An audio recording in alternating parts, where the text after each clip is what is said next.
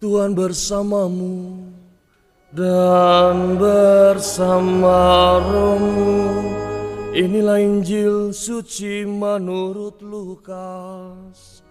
Dimuliakanlah Tuhan.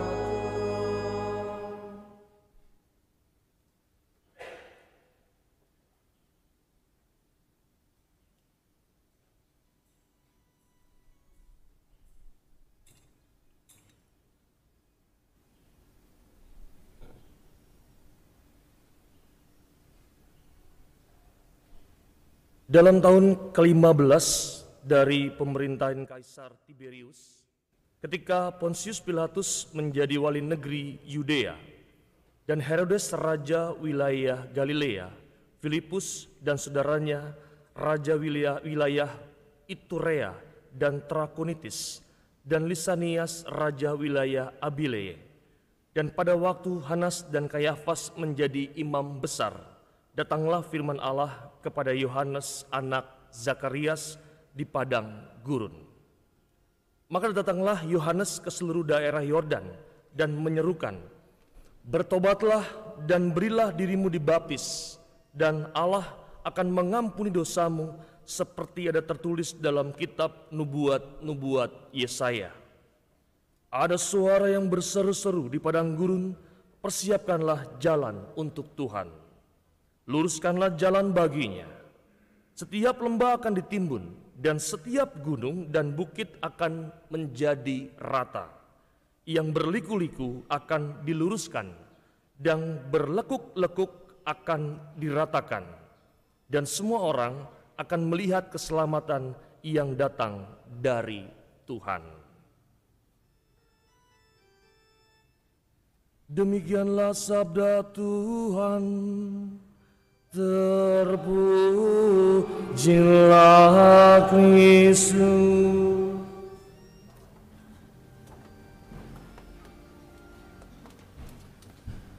Saudara-saudariku yang terkasih dalam Kristus, selamat pagi. Hari ini kita diingatkan tentang seorang nabi besar perantaran perjanjian lama dan perjanjian baru, yaitu Yohanes Pembaptis, yang menyerukan hari ini tentang pertobatan. Maka hari ini kita akan membahas dalam refleksi kita tentang membahas tuntas tentang apa itu pertobatan. Maka ada 3 bagian besar. Yang pertama adalah kita akan melihat tentang arti kata pertobatan dalam bahasa aslinya Yunani dan Ibrani, juga pentingnya pertobatan. Lalu yang terakhir menjadi kata kuncinya adalah ciri dan bukti dari pertobatan itu sendiri. Ini 3 frame besar yang kita mau renung hari ini. Oke, saudara-saudara kita kasih dalam Kristus, ada istilah yang terkait tentang pertobatan yang seringkali menjadi sindiran terhadap seseorang, yaitu tomat. Tahu itu? Gitu ya. Akronim dari kata sesudah pertobatan lalu kumat kembali. Tomat, tobat, kumat, tobat, kumat. Pas mau mati, tobat. Wah, enak banget ya. Sayangnya kita nggak tahu kapan kita mati.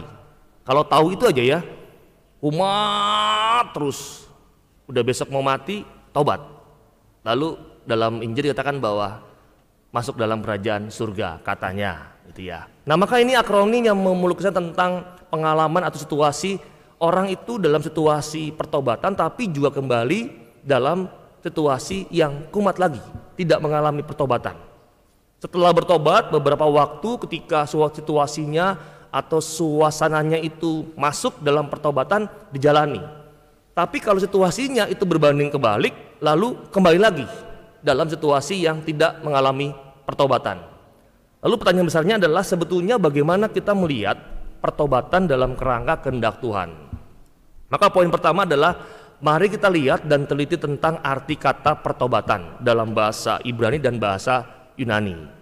Teman-teman, Bapak Ibu, dalam bahasa Ibrani itu terdapat 2 istilah yang mau menyebutkan tentang pertobatan. Yang pertama itu nacham, bukan samcan ya, nacham, yang artinya sukar bernafas, mengandung rasa sesak nafas dan menarik nafas panjang. Yang kemudian itu berkembang menjadi arti kata menyesal atau berduka. Dan jika dinyatakan dari hati dan perbuatan, maka mengandung makna sebagai sebuah kesedihan serta pertobatan yang mendalam. Nacam. Dan istilah yang kedua adalah sub. Kata ini mau menunjukkan sikap dan perubahan manusia yang drastis terhadap dosa dan juga Tuhan. Dan kata ini mengandung arti bahwa manusia secara hati nuraninya dan moral itu bertekad mau meninggalkan dosa untuk berpaling kepada Tuhan. Anda bisa membandingkan pernyataan ini dalam kitab Ulangan 4, Nehemia 1, Mazmur 7, bahkan Yeremia 3 ayat 14. Sedangkan dalam bahasa Yunani itu terdapat kata metamelomai yang berarti khawatir atau menyesal, yang sebetulnya mirip dari arti kata nacam tadi yang mau melukiskan tentang bertobat atau penyesalan. Dan kedua ada kata metanoeo yang berarti keadaan yang sesungguhnya dari perubahan mental pada waktu orang berdosa berpaling kepada Tuhan. Dan yang ketiga itu ada kata epistrepo yang mau melukiskan atau menyatakan perubahan yang mutlak dalam pertobatan, menghadap kepada Tuhan dan membelakangi dosa, dan juga mengandung iman kepercayaan yang teguh. Itu arti katanya.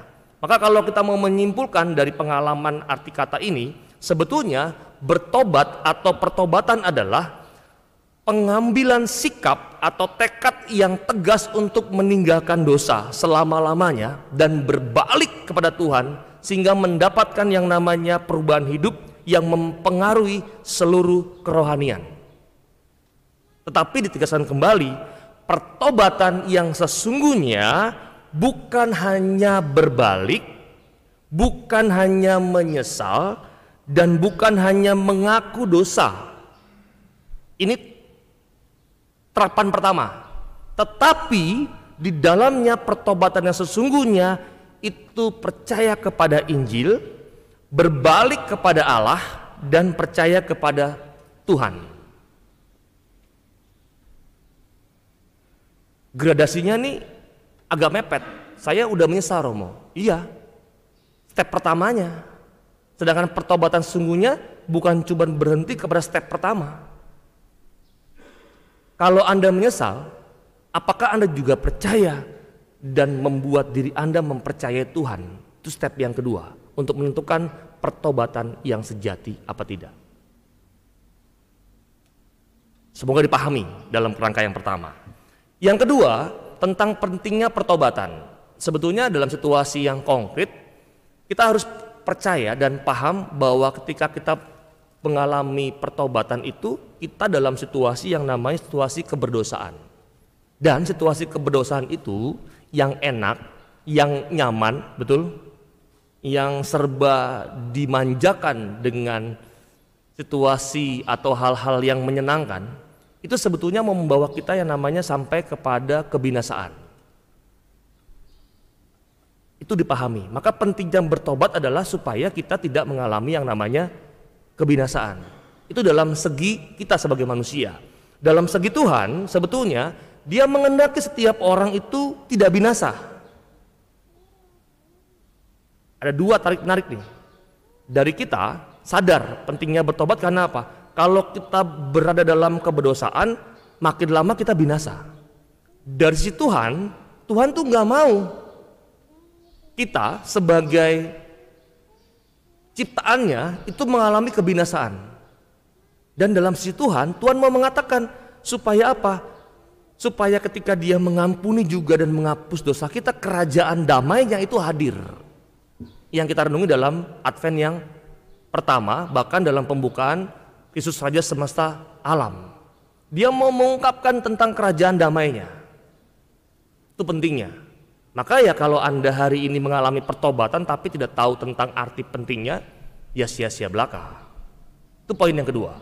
Poin yang ketiga adalah ciri dan bukti pertobatan. Pertobatan itu sebetulnya mengindikasikan atau melukiskan perubahan sikap hidup yang drastis dalam kerangka bacaan-bacaan Injil atau kisah-kisah dalam kitab suci yang seharusnya itu dapat diamati dan dirasakan oleh orang-orang sekitar. Maka analogi pohon yang mau mengatakan begini, kualitas pohon itu dapat dilihat dari buahnya. Dan ini berlaku dalam kualitas pertobatan. Kualitas pertobatan seseorang itu dapat dilihat dari sikap hidupnya setelah mengalami pertobatan. Maka pertobatan bukan konsep. Saya tahu baik, saya tahu itu dosa. Bukan konsep. Bukan cuman sekedar wacana. Bertobat oke ya. Oh, Advent ini diajak bertobat. Bukan hanya wacana. Tetapi pertobatan kualitasnya terlihat dari sikap dan tindakan kita mengalami pertobatan. Seperti kualitas pohon yang dilihat dari buahnya. Dan ciri dan pertobatan yang dapat disaksikan kepada orang lain, yang dapat dirasakan orang lain adalah adanya sebuah penyesalan. Pengakuan akan dosa-dosanya. Maka sebetulnya kalau Anda masuk dalam ruang pengakuan dosa, dalam sakramen pertobatan, hal ini menjadi pertama. Saya mengaku akan dosa saya. Bukan malah, Romo saya nggak tahu itu dosa apa enggak ya. Nah lalu sekarang kamu ngapain ke sini? Ya pokoknya disuruh ke ruang pengakuan aja Romo. Kebayang nggak? Datang ke ruang pengakuan, tapi sebenarnya tidak tahu terhadap dosa yang dilakukan. Sami mawon, keluar dari ruang pengakuan pun nggak tahu. Oh saya diampuni ya sama Tuhan ya. Tapi kan saya kan belum tahu itu dosa apa tidak. Maka hal dasar ini menjadi penting. Pengakuan akan dosa. Dan yang terpenting juga yang tidak salah adalah mohon pengampunannya. Ada juga sebuah komitmen yang meninggalkan dosa. Berpaling kepada Tuhan yang benar dan taat kepada Roh Kudus. Dan adanya buah yang dihasilkan sesuai dengan pertobatan. Maka teman-teman terkasih dan saudara-saudariku terkasih, penyesalan dan pengakuan dosa dilakukan dengan sungguh-sungguh di hadapan Tuhan serta memohon pengampunan darinya. Maka ada contoh dalam kitab suci, Alkitab itu tentang pengalaman ekstrim Raja Daud yang mengalami pertobatan. Dia mengalami ditegur Tuhan lewat para malaikatnya itu tentang bagaimana dosanya terhadap Batsheba, seorang istri dari Uria. Daud berselingkuh, menyelingkuhi Batsheba dan membunuh Uria, suami dari Batsheba. Itu ekstrim perubahannya. Dan masih banyak lagi tokoh-tokoh yang mengalami pertobatan dalam Alkitab. Dan mungkin Anda hari ini, saya juga akan dimasukkan sebagai tokoh-tokoh yang secara baik, apik untuk mengalami pertobatan. Dan itu bisa dibagikan kepada banyak orang, termasuk orang-orang yang kita cintai. Maka komitmen untuk meninggalkan tabiat dosa dan tidak akan pernah mengulanginya itu menjadi komitmen yang sebetulnya harus dilakukan sampai akhir. Maka orang dikatakan baik apa tidak itu bukan tahun 2021 baik, 2022 sampai 2040 nggak baik, bukan. Kebaikan, kesucian itu merupakan suatu perjuangan dari hari ini sampai nanti. Maka yang dikatakan baik adalah seluruh proses kesetiaan perjuangan dari awal sampai kita menghadap Allah. Itu sebetulnya yang mau renung hari ini. Maka hari ini tidak lain sebetulnya ajakannya adalah satu. Mari mengalami pertobatan. Pertobatan tidak lain itu terlihat dari sikap kita yang konkret. Bukan cuma sekedar mulut yang manis, bukan cuma sekedar kata-kata yang baik, bukan sekedar wacana, tetapi sungguh realita akan sikap dan perubahan yang baik. Semoga membantu Anda. Semoga Nabi Yohanes Pembaptis yang capek-capek berseru terus, bertobatlah, siapkanlah dirimu untuk kedatangan Tuhan tidak sia-sia. Maka mari kita pelan-pelan untuk memahami arti kata bertobat, sehingga kita mampu menyelami makna pertobatan yang sesungguhnya. Maka ajakan yang lain adalah, tidak lain saya mau mengajak kita semua mari bersama-sama saling mendoakan satu sama lain. Tidak ada yang lain. Tidak usah saling sikut menyikut, tidak usah saling gosip menggosipkan, nggak penting dalam pertobatan. tidak usah saling membuat hoax yang gak jelas, membuat fitnah kepada sesamanya, menjelek-jelekan orang lain, gak usah. Mari kita buang energi yang banyak itu, kita alihkan kepada energi untuk mengalami pertobatan yang dari Allah. Energinya sama. Anda pakai energi untuk mencela orang, membuat hoax, merencanakan kejahatan, energi ini dialihkan untuk energi untuk mengalami pertobatan bersama. Semoga Anda dengan bijak hari ini mengalihkan energi-energi itu menjadi energi yang baik, terlebih dalam energi untuk mencapai yang namanya pertobatan. Maka mari kita sejenak, kita mohon rahmat Allah supaya pagi ini seruan Yohanes Pembaptis tentang pertobatan sungguh menjadi seruan yang menggema dalam hati kita, sehingga menjadikan motivasi dalam hidup kita untuk sampai kepada pertobatan yang sejati, pertobatan yang sesungguhnya yang Tuhan kehendaki dalam kehidupan kita, khususnya dalam masa persiapan dalam Advent yang kedua ini. Maka mari kita hening sejenak.